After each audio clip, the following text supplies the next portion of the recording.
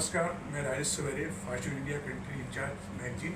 इस टाइम पे सुधीर कुशवाहा जी के यहाँ बैठा हूँ, जो समाज सेवा तो करते हैं, साथ में पंछियों के लिए भी सोचते हैं। तो आज मैंने इनसे 15 अगस्त के उपलक्ष्य में कुछ जानकारी लेने की कोशिश की है और आज इनके घर पे बैठने का हमको सौभाग्य प्राप्त हुआ। नमस्कार जी, आपको और आपकी पूरी टीम को मेरा नमस्कार। आपका स्वागत है।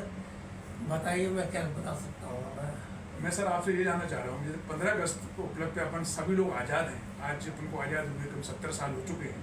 तो आज भी कई जगह पे मैंने देखा है कि तोतों को, चिड़ियों को, पंछियों को पिंजरे में रखते हैं। तो उनके लिए आज़ादी नहीं है क्या? बिल्कुल, आप बिल्कुल सही कह रहे हैं। ये हमारी बहुत बड़ी तकलीफ है। बल्कि कानून भी ऐसा बना हुआ है कि पक्षियों पर, पशुओं पर क्रूरता के विरुद्ध जो कानून बना हुआ है, लेकिन उसके बावजूद मैं देखता हूँ खुलेआम लोग पक्षियों को कैद करके रखते हैं, पिंजड़े में रखते हैं। एक्चुअली पिंजड़े में क्या जरूरत है इनकी? इनको घर दीजिए ना। ये आपके घरों में रहेंगे, उड़ेंगे, खाएंगे, पिएंगे, दाना लगाएंगे, आपके घर की रौनक बढ़ाएंगे। और आज़ादी अगर आप नहीं दे सकते हैं, किसी को बंधन में रखेंगे, तो ये तो क्रूरता के साथ साथ पाप भी है, एक अमानवीयता है हमारी। तो मैं चाहूँगा, मेरी अपील होगी कि कम से कम ऐसा ना करें, पशु पक्षियों का ख्याल करें, उनको प्रेम दें, उनको कैद में ना रखें। ये मैं चाहूँगा। आज़ादी तभी जो है हमारे लिए सिर्फ एक मनुष्य के लिए नहीं, पशु पक्षियों तक के लिए भी महत्व रखती है। तो हमारे कुशवाहा जी ने बड़ा अच्छा सुंदर विचार जो हमारे बीच में प्रस्तुत किया। तो मैं सभी लोगों से कहना चाहता हूँ कि हर आदमी के अंदर ये भावना पैदा हो। जैसे हमारे सुधीर जी का कहना है, पेड़ लगाएं। आप अगर एक पेड़ लगाते हैं तो आपको आपकी 3 पीढ़ियों तक वो आपकी सेवा देता है। तो आप जब किसी भी सेवाओं का लेना चाहते हो तो आपका भी कुछ योगदान बनता है। तो उस योगदान के विषय में हमारे सुधीर जी बताएंगे कि आपको जहाँ भी कोई जगह मिलती है तो उसके बारे में आपको थोड़ी जानकारी। बिल्कुल, देखिए ये सारा एक साइकिल है। हमारे पास पेड़ होंगे तो हमारे पास ऑक्सीजन होगी, ऑक्सीजन होगी तो जीवन होगा। कोरोना के टाइम देखा है, एक सिलेंडर के लिए हम लोग कितना तरस जाते थे। लोग हाथ पैर जोड़ते थे कहीं से कोई दिलवा दे, लेकिन अच्छे लोग नहीं दिलवा पाते थे। जब ऐसी परिस्थितियों में आपने ऑक्सीजन का महत्व समझा, तो पेड़ों को जीवन दीजिए, पेड़ों को रखिए। और देखिए, पक्षी और पेड़ ये आपस में एक दूसरे के पूरक हैं। पक्षियों ने जंगल लगाए हैं पूरी दुनिया में और हम लोग ऑक्सीजन लेते हैं। इसके बाद भी हम पेड़ काटने को तैयार हो जाते हैं। कैसे? हमारे अंदर ये भावना भी नहीं आनी चाहिए। पेड़ों को बचाने की भावना आनी चाहिए और लगाने की भावना आनी चाहिए।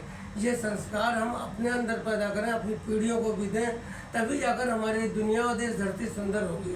मैं कहना चाहूँगा, शीश उठाकर देश पर जो करता अभिमान, शीश उठाकर देश पर जो करता अभिमान, जीने के काबिल वही उसका हिंदुस्तान, जीने के काबिल वही उसका हिंदुस्तान। ये मैंने ही दोहा लिखा था और मेरे मन में ये भाव है, बहुत गहरा था। तो सर मैं आपसे एक चीज़ जानकारी और लेना चाहता हूँ कि आज मैंने कभी टाइम पहले रिसर्च में पढ़ा भी था और देखा भी था कि आज अपन को आज़ाद हुए 70 साल जरूर हो गए, पर आज तक सरकार ने ना बरगद का पेड़, ना पीपल का पेड़ लगाया है, ना इसके लिए कोई नियम कायदा, ना कोई सिस्टम अपडेट किया है। तो ये क्यों नहीं किया सरकार? इस चीज़ पर में कुछ सरकार के बारे में बताना। ये बहुत दुखद है। देखिए, पीपल, बरगद, नीम, आम, ये हमारे इनके पूजे जाते थे। बेल, ये पूजा होती थी इनकी। आज विदेशी पेड़ ला कर लगा रहे हैं सिर्फ शोकेस की तरह। ये दुनिया शोकेस से नहीं चलेगी।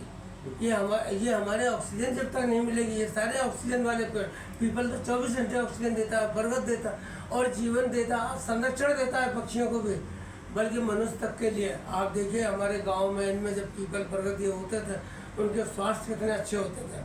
आज बीमारियां बढ़ती जा रही हैं।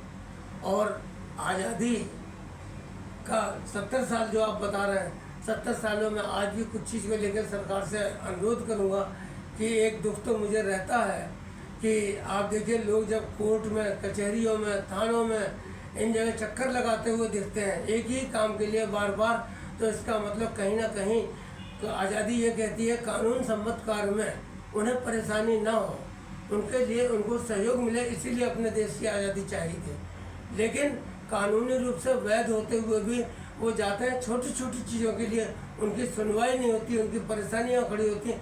परेशानियाँ क्यों खड़ी होती हैं, इसके पीछे क्या भाव है, मैं कुछ नहीं कहना चाहूँगा, सब समझते हैं। और अगर ऐसा भाव है कोई, तो वो खत्म करना चाहिए, क्योंकि आने वाले भी मनुष्य हैं, वहाँ काम करने वाले भी मनुष्य हैं। तो उनके अंदर ये भाव होना चाहिए कि नहीं, हम किसी के दुख को तकलीफ को दूर करने के लिए यहाँ बैठे हैं, उन्हें परेशानी।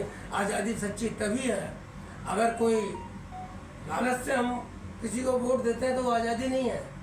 अगर हम किसी से बंदूक की दम पर वोट लेते हैं तो वो आज़ादी नहीं है, क्योंकि जैसे वोट देंगे, हमने लालच में दिया तो हम लालच में ही वो हमसे दुनिया चलेगी।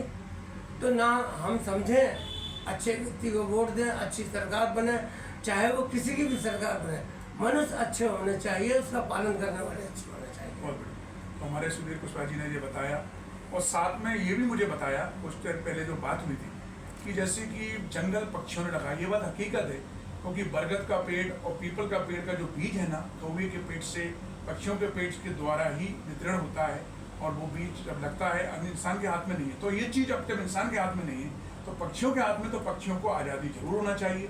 और मैं लोगों से अपील करूंगा कि अपने पिंजड़ों को 15 अगस्त के दिन खोलें और सारे पक्षियों को आज़ाद करें। बहुत अच्छा।